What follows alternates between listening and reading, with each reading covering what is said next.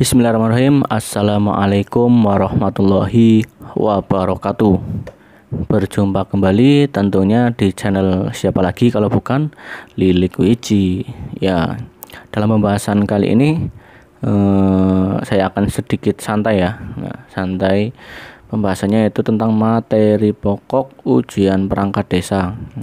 Jadi materi ini umum ya di seluruh Indonesia itu sama gitu, seperti ini. Nah, mungkin ada beberapa kota ya itu ada yang tambahan seperti matematika atau pidato dan lain-lain. Nah, sekarang kita bahas materi pokoknya ya, itu apa saja dalam ujian perangkat desa ya. Ini yang harus dikuasai. Langsung saja ya. Yang pertama itu apa? Pancasila. Nah, tentunya nanti Pancasila ini banyak bagiannya ya, ada sejarah dan lain-lain, nanti kita bahas. Yang kedua, Undang-Undang Dasar 1945.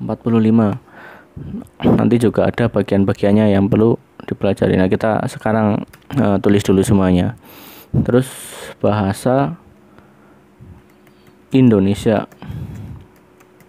Nah, yang keempat, Undang-Undang Desa dan peraturan pelaksanaannya. Nanti dijelaskan ya, tenang saja. Terus yang kelima itu pengetahuan umum teknis pemerintahan.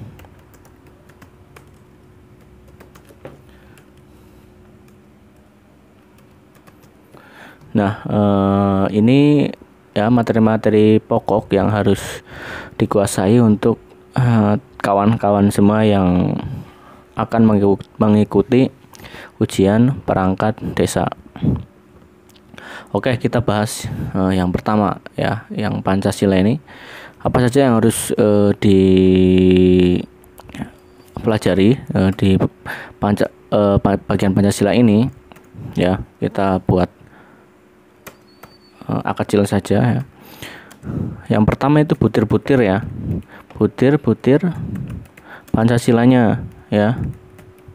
Itu kan ada banyak, jadi sila yang pertama itu butir-butirnya apa, sila kedua sampai sila kelima itu dipelajari semuanya ya, butir-butir nilai-nilai Pancasilanya.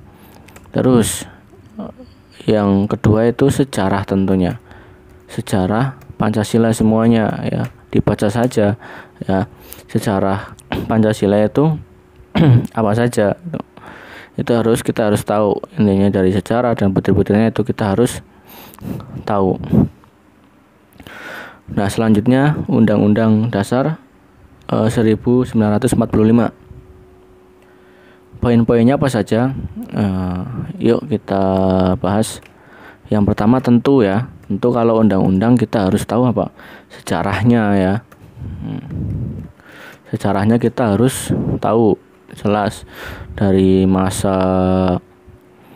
sebelum pembentukan gitu. Jadi ada masa PPUPKI itu pembentukannya itu kapan, terus undang-undang itu pertama dilaksanakannya itu kapan, terus ada PPKI juga kan yang sebagai itu pembentuknya itu ada PPUPKI, ada PPKI. Nah, itu dipelajari semuanya ya. Jadi biar kita tahu bukan hanya isinya. Jadi sebelum kita masuk ke isi Undang-Undang 45-nya, kita harus tahu ya sejarahnya dulu. Harus paham sejarahnya dulu. Nah, setelah sejarahnya kita sudah tahu, sudah paham, kita sudah tahu alur ceritanya. Nah, kita ke isinya ya. Isi Undang-Undang 45. Nah, isinya itu ada banyak pasal ya. Ada bab, juga ada pasal, dan juga ada pasal tambahan juga. Nah, itu harus kalau bisa itu hafal semuanya ya. Hafal semuanya, karena kalau kemarin sih ya yang keluar itu hampir 10 lebih ya. Itu kan lumayan kalau kita hafal. Nah, ini kan makanya perlu persiapan ya, perlu persiapan yang cukup lama sebelum ujian, karena memang materinya juga cukup banyak. Nah, sejarah dan isi. Nah, ini yang perlu diketahui ya, perlu kita pelajari. Nah, untuk bahasa Indonesia ya, bahasa Indonesia itu sebenarnya sih umum ya. Jadi dipelajari aja soal-soal CPNS. Itu kalau menurut saya sih bahasa Indonesia itu lebih ke logika aja sih. Tapi tetap perlu tahu materi ya. Contoh majas ya. Kita tulis saja majas. Majas terus kalimat dan masih banyak lagi lah. Intinya tentang bahasa Indonesia. Tapi memang kemarin yang keluar itu, kalau saya kemarin itu bahasa Indonesia itu paling cuma berapa ya, cuma 5 paling. Nah, seperti itu. Jadi bahasa Indonesia itu ya enggak, menurut saya sih nggak perlu ditekankan sekali gitu kalau bahasa Indonesia. Nah, selanjutnya ini yang cukup rumit ya, di Undang-Undang Desa dan peraturan pelaksanaannya. Undang-Undang Desa itu undang-undang nomor berapa? Nah, Undang-Undang Desa itu undang-undang nomor 6 tahun 2014. Kita tulis saja di sini ya. Undang-Undang nomor 6 tahun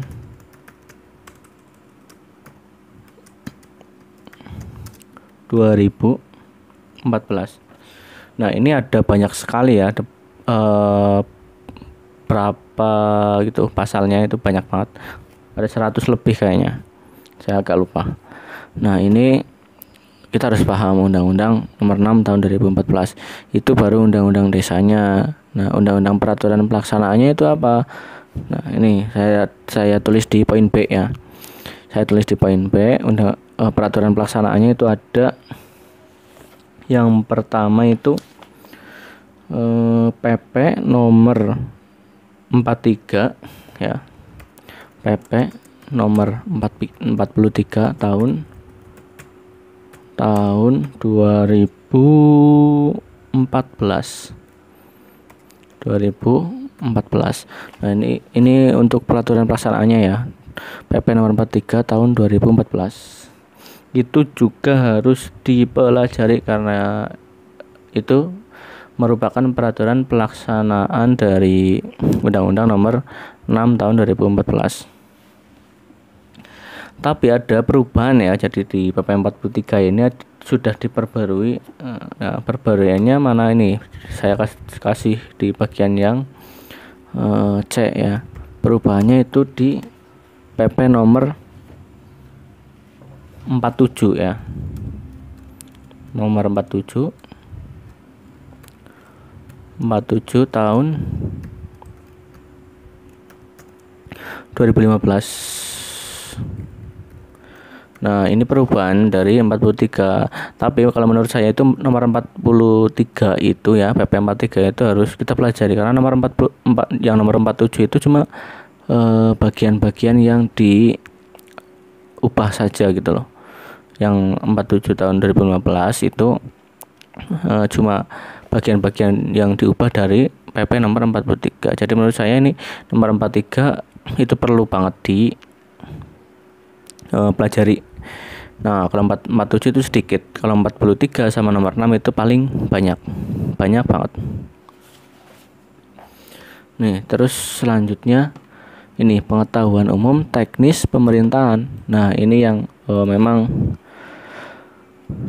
kadang untuk permainan di ujian perangkat desa ya. Pengetahuan umum teknis pemerintahan ini memang sulit ditebak ya. Kadang soalnya itu tentang wilayah desa, tentang pengetahuan perangkat desa.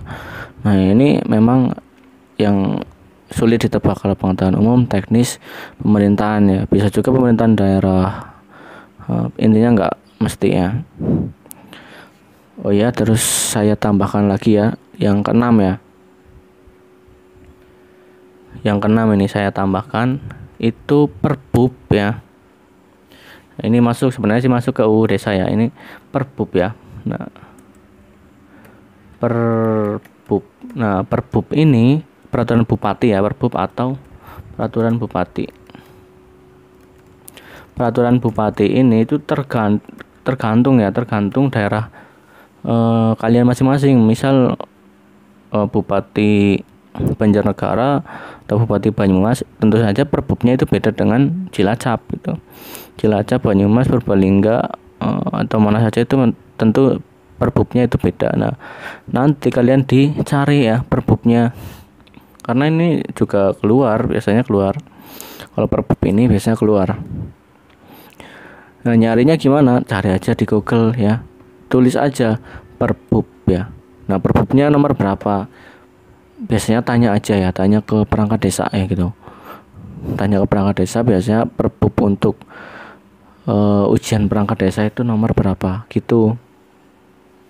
Jadi intinya jangan malu bertanya ya.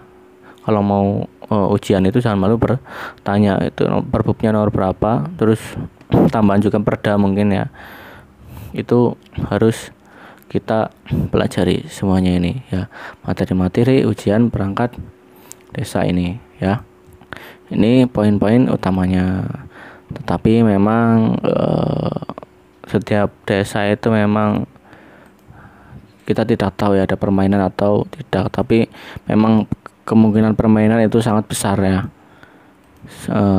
Saya juga sudah observasi, dan memang seperti itu, permainan itu memang halus sekali ya, meskipun sudah ya seolah-olah dibuatkan soal seperti ini, tapi memang permainan itu sangat halus dan kita tidak mengetahui. Makanya saya pernah bahas video itu jangan buta politik ya.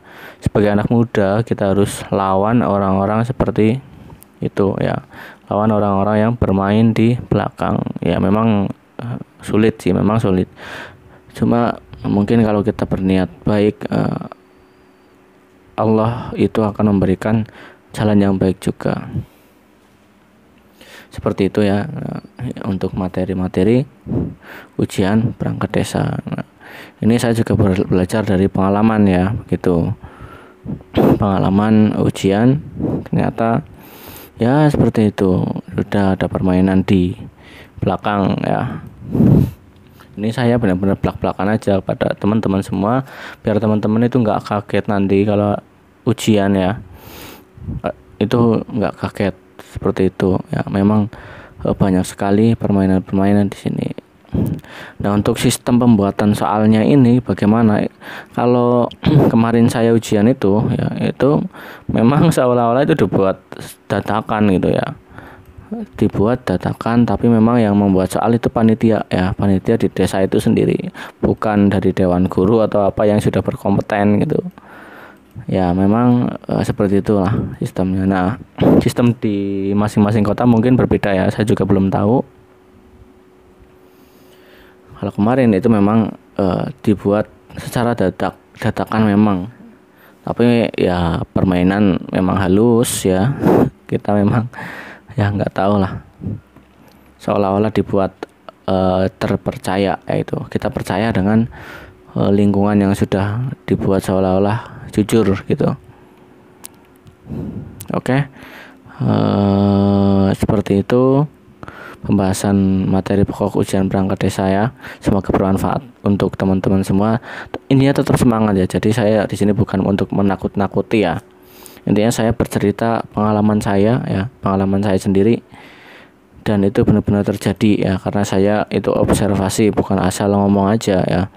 Wawancara, mencari data sana sini. Nah, seperti itu ya. Jadi saya tidak untuk menakut-nakuti biar kalian nggak ikut perangkat desa, nggak apa-apa ya, tetap ikut ya, karena kebijakan di desa masing-masing itu beda. Ada desa yang memang ketat banget ya, ketat banget dalam artian nggak mau disuap atau apa, nggak ada permainan, ada.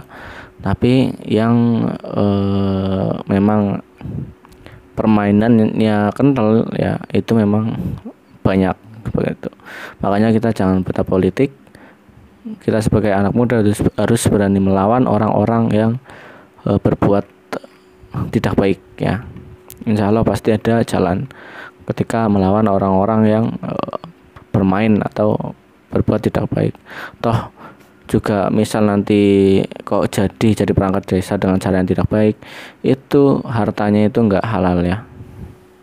Nah, caranya aja udah nggak baik ya. Gaji yang didapat itu ya mungkin ya, menurut saya itu nggak halal sampai masa pergantian. Oke, terima kasih buat teman-teman yang sudah menonton video ini. Jangan lupa like, komen, dan subscribe. Intinya jangan lupa komen ya. Kalau mau komen aja, atau mau DM Instagram saya, silakan. Mau konsultasi atau apa, mau sharing-sharing nggak apa-apa ya. Kita intinya terbuka lah untuk teman-teman semua ya. Jangan lupa like, komen, dan subscribe. Terima kasih. Wassalamualaikum warahmatullahi wabarakatuh. Semoga bermanfaat.